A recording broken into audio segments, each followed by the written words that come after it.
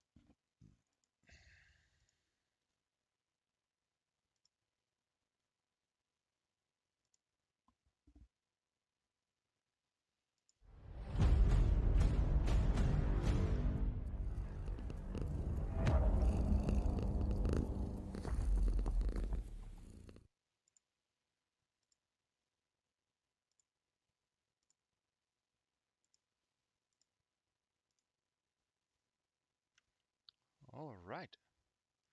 Good morning, everybody. Let me just help this person out here. There we go. All right. Nope, wrong chat room. We want to be in the main classroom chat. Okay.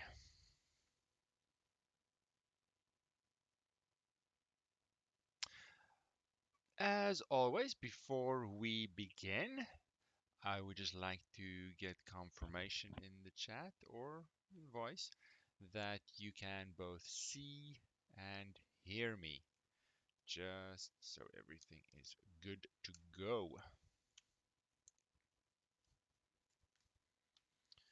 Perfect.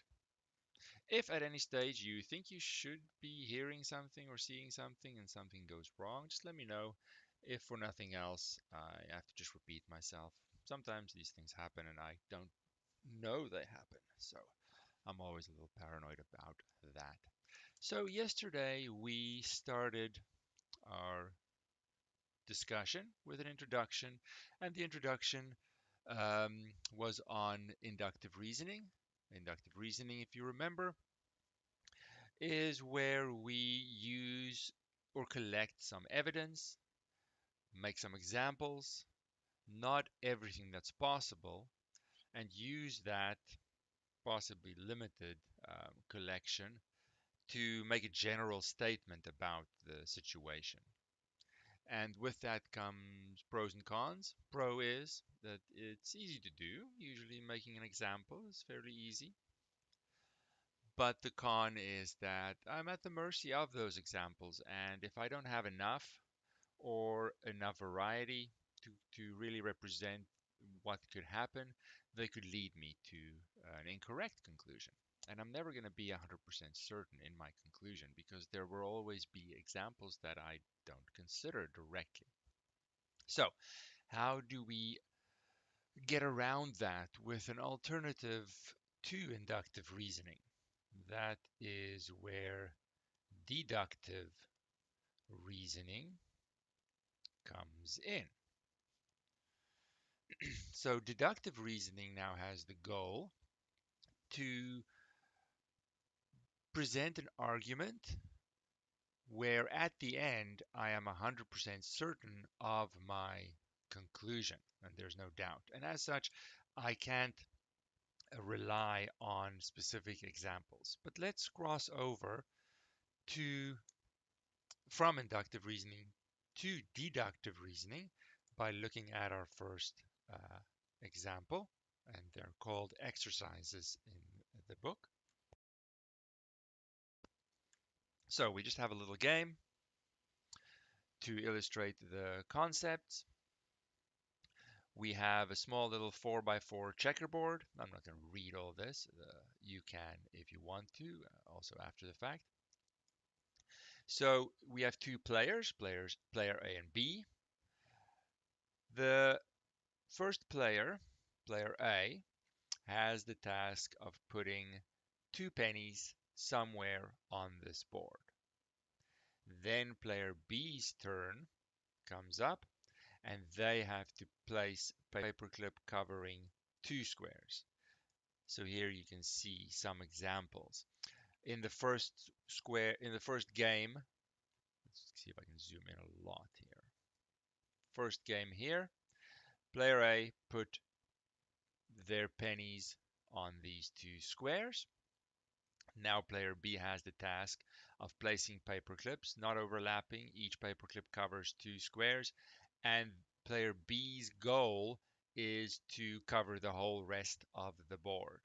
If they're able to do that, then they win.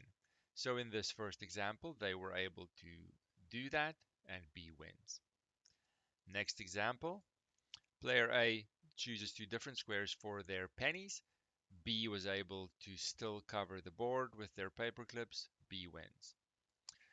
In this third one, player A places the pennies over here and tries, they might, B can't place paper clips in such a way that it covers the whole board. So B loses and therefore A wins.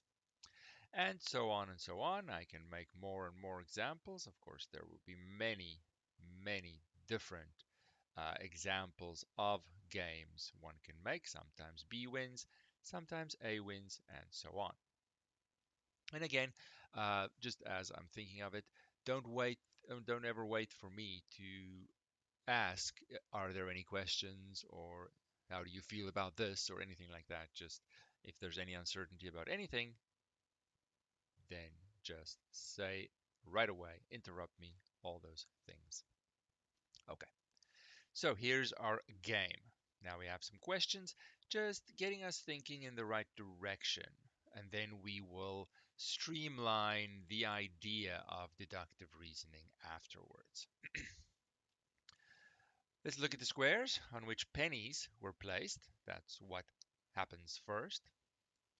Could somehow their colors be related to who wins? You know, the more examples I do, it's not a big board, it's not a complicated game.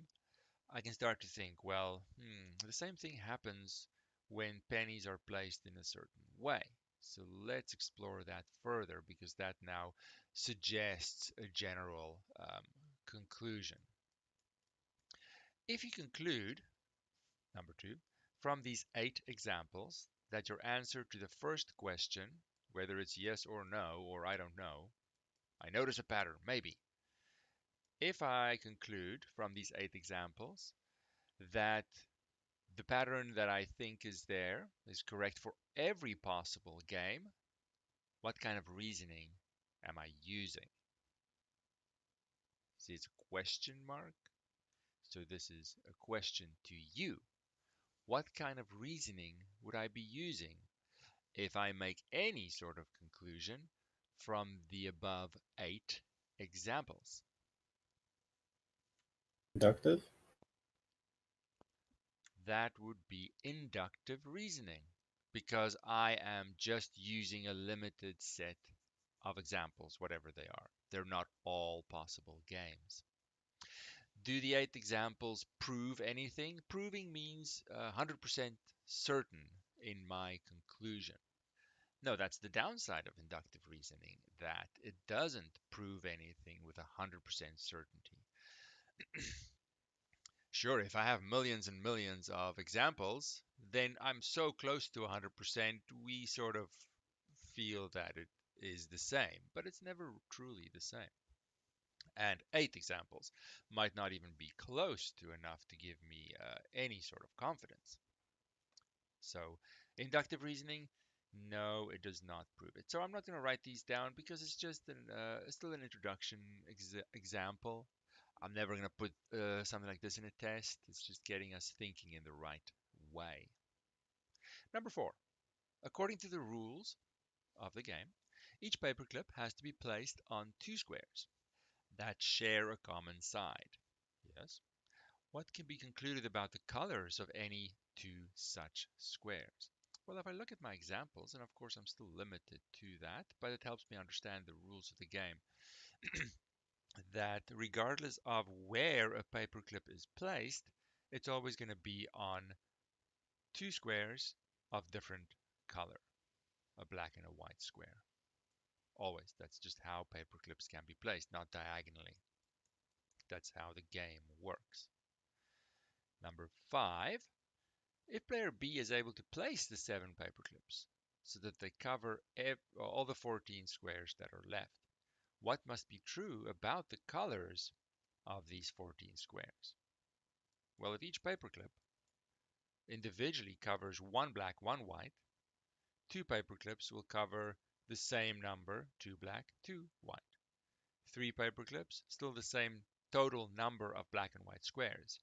So if all the paperclips are placed, then the squares that they cover have to be the same number of black and white squares. Of the remaining squares, how many squares are there of each color if player A begins by placing the pennies on 2 white squares? What about 2 black squares? What about a white and a black square? So depending on where A, who starts, places their pennies, the number of black and white squares could differ for player B to place paperclips on. If player A places 2 pennies on 2 black squares, now the number of black and white squares are not the same. But if paperclips are possibly placed, the number of black and white squares will always have to be the same. So that gets us thinking, oh, it seems like if pennies are placed on 2 squares of the same color, then the remaining squares don't have the same number of black and white squares. And how could paperclips then possibly be placed on all of them? So now I'm sort of forming an argument that is essentially deductive reasoning. 7. What kind of reasoning are you using when you conclude from your answers to questions 4 and 6 that your rule proposed in 1 is correct for every possible game? So now I'm looking at examples, sure, to just better understand the rules of the game, but I'm not limiting myself to any specific example. I'm just looking at them to remind myself how the game works and visualize it. My argument in number 4 to 6 about how the number of black and white squares relate to each other are independent of a specific example game. And I'm now crossing over to deductive reasoning. There are pros and cons to this as well. The pro of deductive reasoning is that if it works, or not if, when it works, if I'm able to make the argument complete and make sense, it's 100% certain that my conclusion is correct. The downside, unfortunately, is it's not even remotely as easy as inductive reasoning. That coming up with this argument can be confusing, and there might be some of you right now that are a little bit confused, like, where is the argument here? I sort of understand, but I don't see it. So for that reason, we have to streamline this and just look at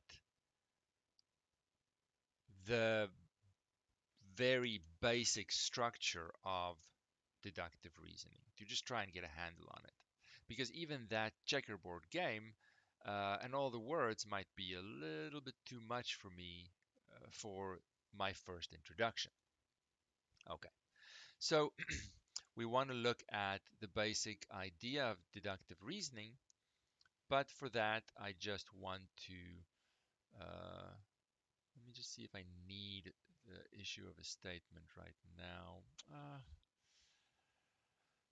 I think I'm gonna leave it for now. I'm just gonna focus on the structure of, oh, just I have the heading here. I'm gonna write it again. Just indecisive. Deductive. Why is that capitalized? That's not fair. Small r for you, reasoning. Okay. The basic structure. So here's my example that I like to think about, but of course you can put many spins on this. It comes in 3 main parts. The first part is called the premise, and that is something that no one disputes. Everyone accepts as true. It's sort of the heart of this. I have to have something at the core. For example, in the most simplest case, we can say that I have an open field of grass, and I can say that if it rains, then the grass is wet. Now, I don't care about tenses or anything here. If it rains, it results in wet grass. Okay? I'm not looking for technicalities of covering the grass or anything like that. Open field, I'm looking at grass outside my window. If it rains, the grass is going to get wet. No one doubts the truth of that statement. We'll refer to exactly what a statement means later. I don't need it right now. We'll need it tomorrow. It's fine. Now, I'm going to actually look outside and make an observation. And my observation could be right now or today or whatever. It is raining. Again, I don't care about the tenses at all. It's raining, it rains. There's rain. I see rain. I can then conclude with 100% certainty that therefore the grass is wet. So I do this without going outside and touching the grass. That would be like making an example, collecting evidence. I'm doing this without that action. So I'm imagining myself, okay, premise is conceptual. I don't do anything. But everyone agrees that if it rains, the grass is going to get wet. Now I look out the window and I see rain. Without going to touch the grass, I know with 100% certainty the grass is wet. So see, it's not the same as collecting evidence and noticing patterns and making conclusions from that evidence. It is a more, I don't want to say higher level, but it's a different kind of argument, independent of the of actually going to touch the grass. And I have 100% certainty because there is 100% certainty in my premise.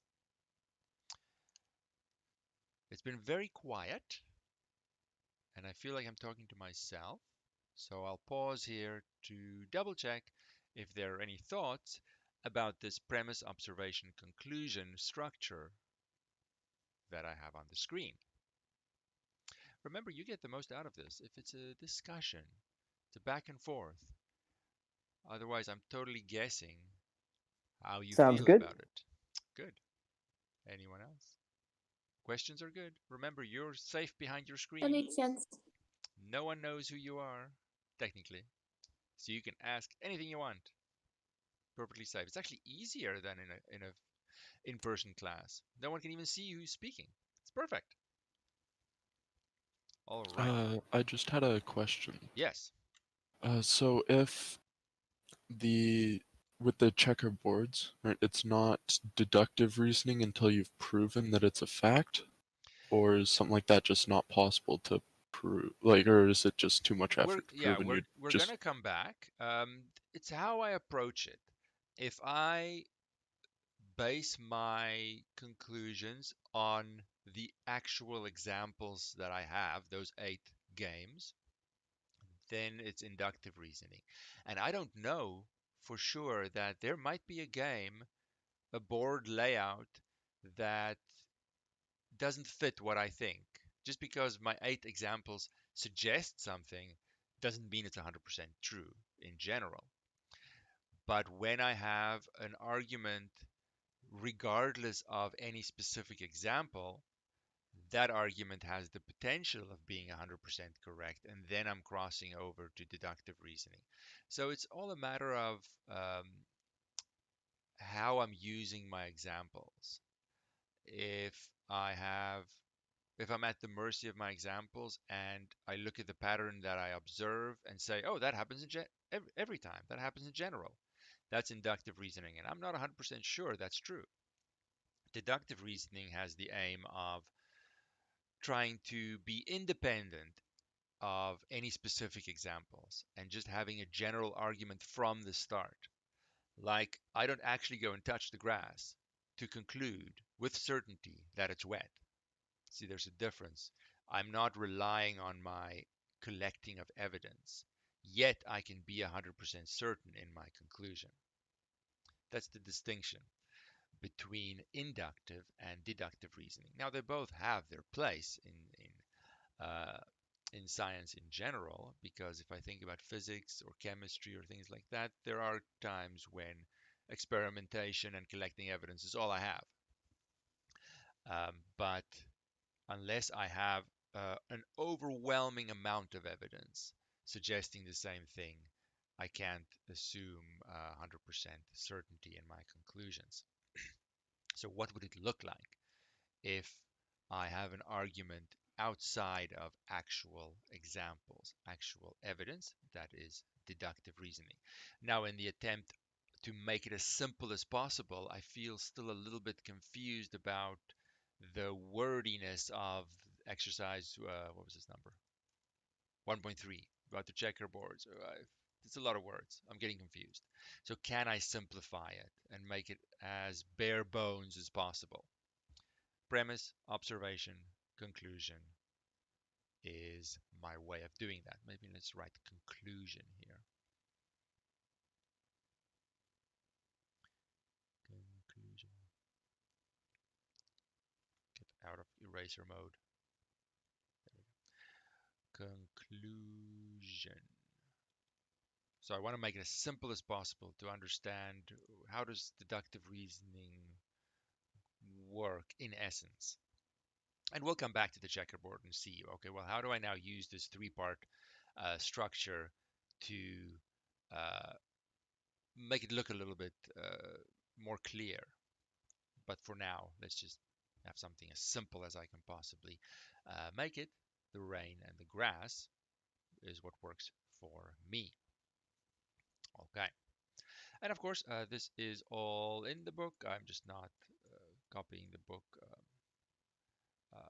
word for word here, but it is all there if you want to look and read it in slightly different words. It's all the same. Okay. So this is perfectly fine. There's also an alternative version. Same three parts: premise, observation, conclusion. Same premise. It's the same situation. Let's pick the rain and the grass situation again. So if it rains, then the grass is wet. Now I will say in the deductive reasoning and inductive reasoning, we do use these things without necessarily realizing it. And when it comes to teaching, whether directly or indirectly, I have the task of really having to be much more aware of how these things work so that I can make adjustments and say things in a very specific way based on the needs of the student. So our goal here is to just be very aware of how we think, how we reason, when it's correct, when it's not correct, when it's 100% correct, when it's a little less. So that's our goal here, to just build that awareness of how we reason. So now I have the same premise. If it rains, then the grass is wet. Now my observation is I go look at the grass. The grass is not wet. Can I make a 100% confident conclusion? Yes, I can. I can say, well, therefore, it. I don't just pick tenses to make it easy. It didn't rain, or it's not raining, or whatever version you want. That's still a 100% correct conclusion because the premise is indisputable. It's always true. I have to have that at the core to start the argument. If it rains, then wet grass is a certainty. Now I look, but the grass isn't wet. It's the opposite. Therefore, there is no way that it could have rained because rain would result in wet grass. So if I see the opposite of wet grass, then the opposite of this raining part must have happened with certainty. So on the surface, they don't look the same, but they are exactly the same argument. And sometimes one is a little bit more convenient than the other. Very often, the alternative version is a little bit easier. You'll see once we get to the puzzles, it's a little bit easier to get to that. I sort of get to contradiction. I could say, okay, well, if it rains, grass is wet. Sure. Now, I could assume rain, but when I go outside and see dry grass, then that assumption is not correct, and I have to conclude that it didn't rain. It's the exact same argument, deductive reasoning. Any questions on this alternate version of the same thing?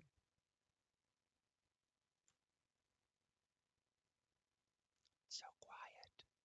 Sounds good. It's good. Yeah. Okay, good. Okay. Let's see if I have space on my page still. Ooh, I do. Very nice. I have lots of space. Wow. Okay. So now, what about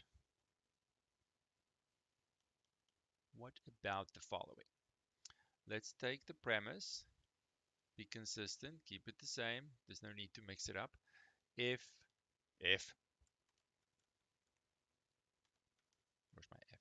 If it rains, then the grass is wet. Same premise. Nothing has changed. Now I observe, let's say, I observe wet grass. The grass is wet. If I then conclude, saying therefore, it's raining, is that conclusion 100% certain? No. Why not? I wrote it down and everything. It could have just rained. Well, even simpler than that, someone could have put a sprinkler down or something else could have caused the grass to be wet. So there's an argument that might on the surface feel correct or sound, logically sound argument. But if I observe wet grass, it could be very likely that it was caused by rain, but it's not 100% certain.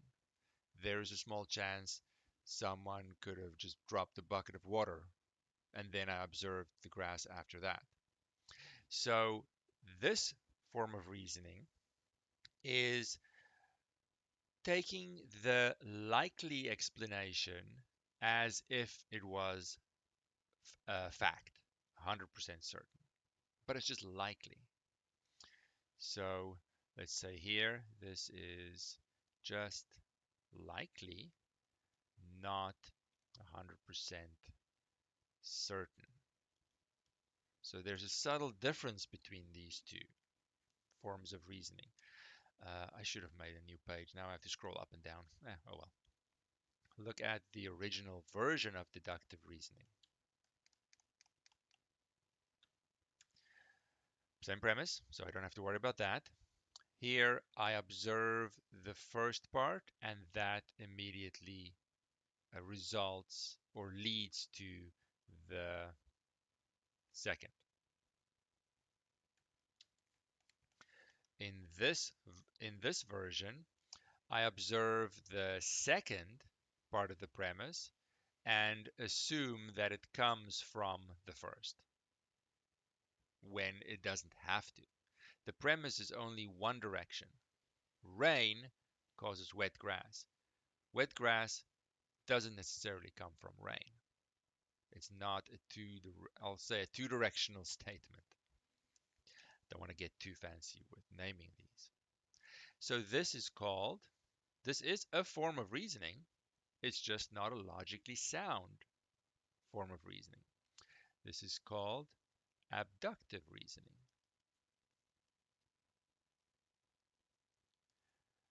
And it's important to be aware of this because as soon as you really start looking for it, you'll notice that this form of reasoning is what people predominantly use. if you think about the Sherlock Holmes stories, we all think that, oh, he is so logical, he's using deductive reasoning. No, he's not.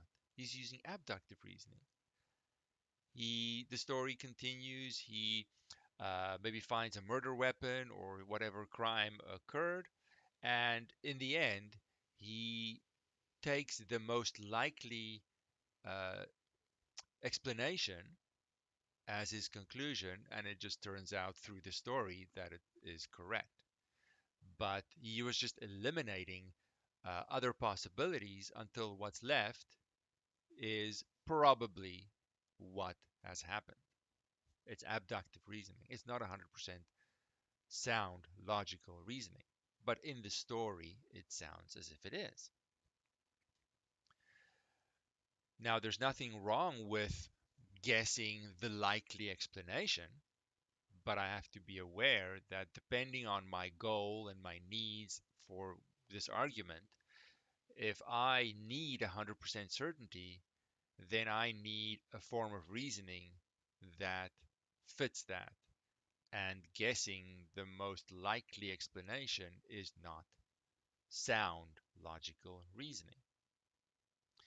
And where's my page now? This one, this one. If I look at how students think, I'll put it up here.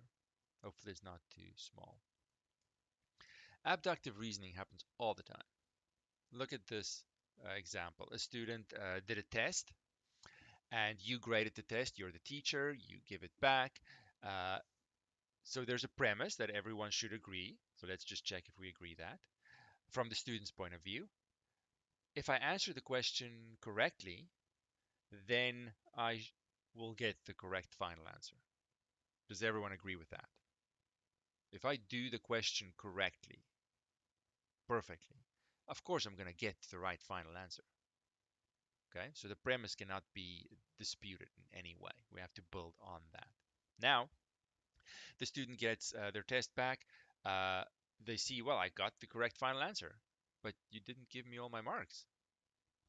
Because their conclusion is, if I get the correct final answer, then I must have answered the question correctly. I should get all my marks. And then they are outraged when they don't. It doesn't make any sense to them. Why? Because they're using the likely explanation, answering the question correctly, as 100% certainty. But it doesn't work that way. It's only one direction, the premise. If you answer the question correctly, you'll get the final answer correct. But just because you get the final answer correct doesn't mean you answered the question correctly. Students do not, like little elementary school students, do this all the time. If you think about the following little example, I don't have too many of them, but let's suppose it's you have to simplify fraction. Uh, let's say 16 over 64. What's that? They're like grade 4, maybe 5. They just cross out the 6's and then get 1 over 4. It's the right answer. It is 1 over 4. But they didn't do it right. That is not how you simplify fractions. You can't just cross out digits as you please. So just because I get the right answer doesn't mean I did the question correctly. In most situations, it is likely that I did the question correctly, but it's not 100% certainty.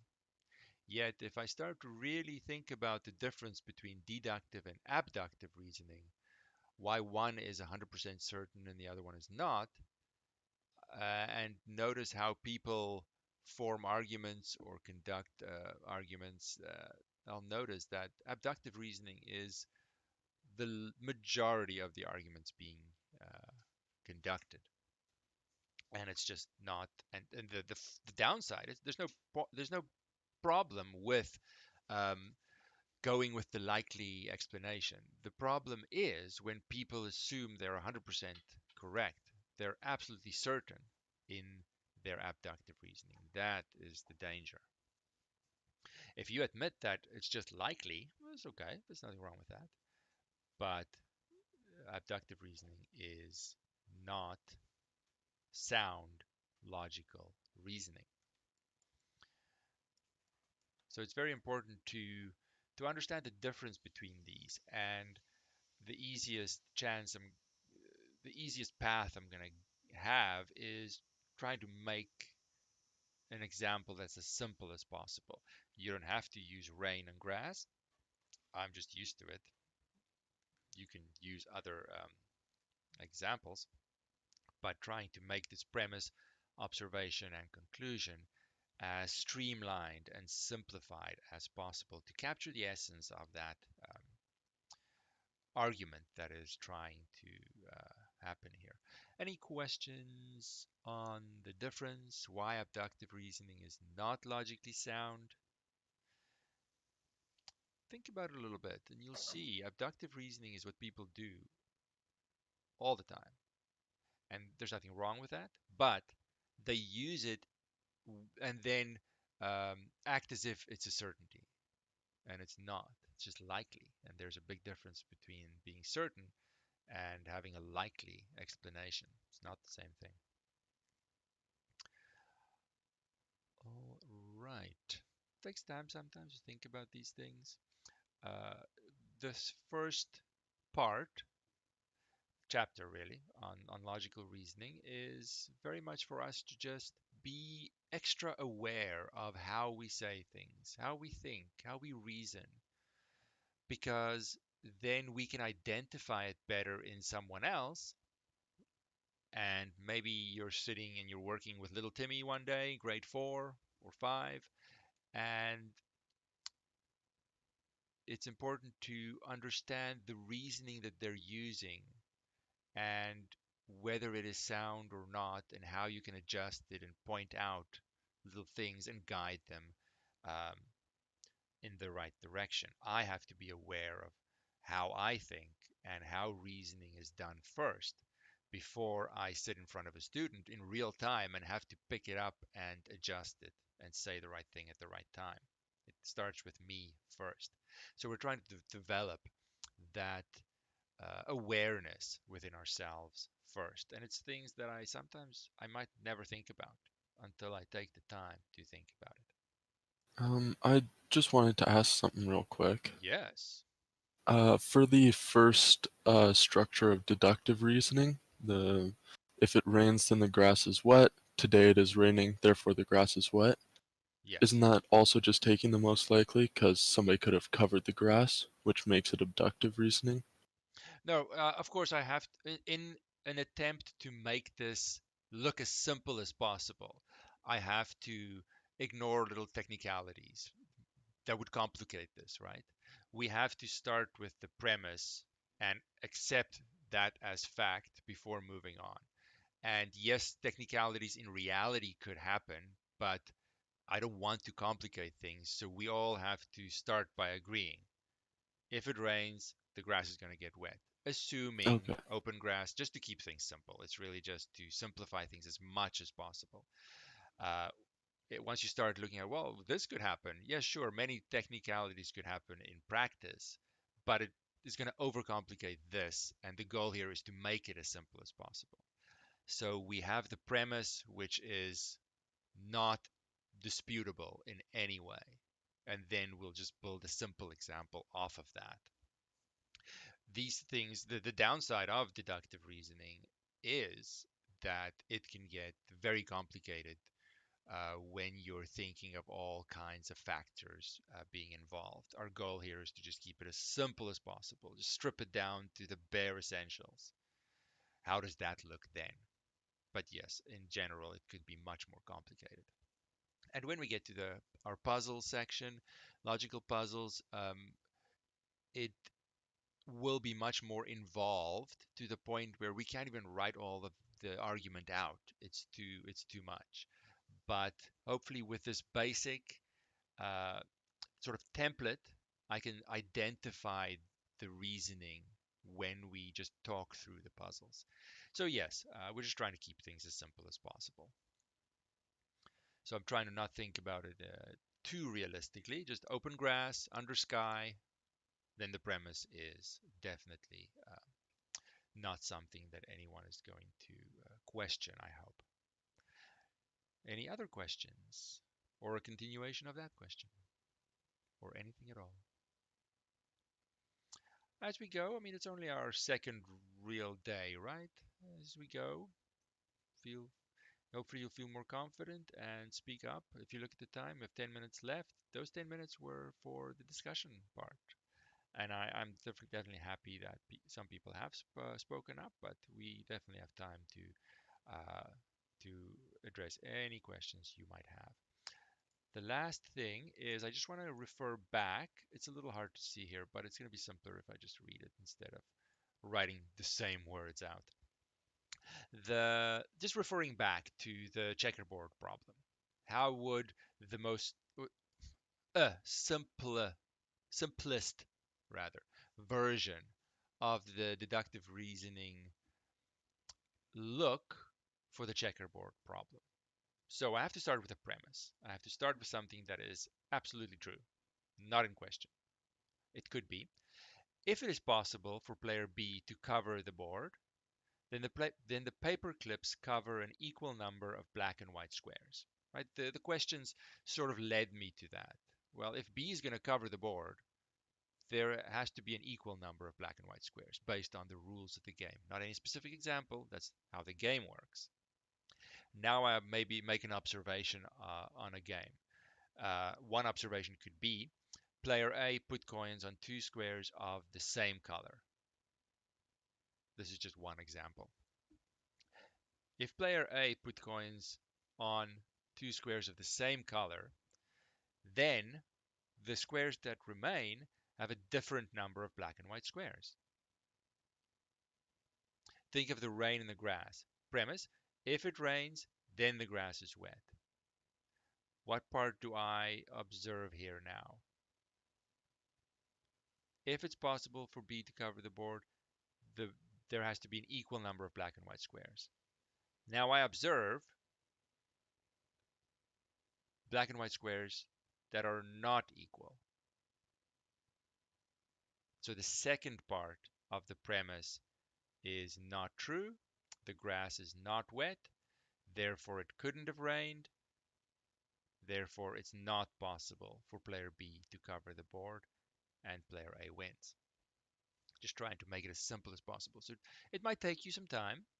Match it with the rain and the grass format and see how this is the alternate version of deductive reasoning. That if it's possible for B to cover the board, there has to be an equal number. I then observe, due to what player A has done, perhaps I observe black and white squares that are not the same number. That is the second part of the premise failing. Therefore, it's impossible for B to cover the board. Do we at least sort of see how this matches the alternate version of the rain grass format? It might take some time. Maybe you have to flip back and forth and look. The raining portion is B covering the board. The grass being wet portion is an equal number of black and white squares. If the second portion fails, then the first portion has to fail based on the premise. So these things take some time, and they certainly get complicated very quickly, which is why we are spending the majority of the time focusing on this simplified, bare bones structure so that I can get a feel for it. If I have to pick out all the premise, observation, conclusion groupings in a larger argument, that is very complicated, especially to do it in real time. To pick up when it's deductive reasoning and when it's abductive reasoning, it can be very complicated. So we are just trying to simplify it to become aware of what works and what doesn't work and how things are the same and how things are slightly different and what do I mean by logically sound, 100% certainty, when is it not, just raising awareness and starting to think in the right way. You're welcome to look at problem 1.4, but it's certainly not a test question. It's just something that I have. It's very similar to our checkerboard problem. Look at it, ignore it completely. This is still very much a part of our introduction. And tomorrow we will then continue with chapter 2, which has a little bit more variety when I start looking at puzzles and things like that, where the testable questions will come from. So for now, the only things that you need to know is what are the three main forms of reasoning: inductive, deductive, abductive. Can you give an example of each? And can you state a pro and a con for each? So if you review and you're not sure about how to answer any of that, let me know. But past that, there is nothing to know because it was just an introduction. Any last words before we end our session today? The time goes fast. I remind you that we are following our schedule in case someone missed it. Let me just make my hand here. We are following our schedule here, which is why we had an 8:30 class today, which I assume was Thursday. So tomorrow we're back to 10:30. We have some Q&A at 12:30 as well as Sunday morning, and we alternate between the time slots for the most part. So if you're not sure about what's happening in the day, make sure if you're planning to attend a live session, make sure you check the schedule before you commit. All right. If there are no questions you'd like to share at this time, we will end our session here until tomorrow.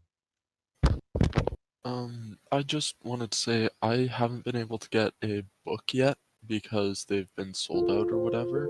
So You do realize the book is a PDF. It is?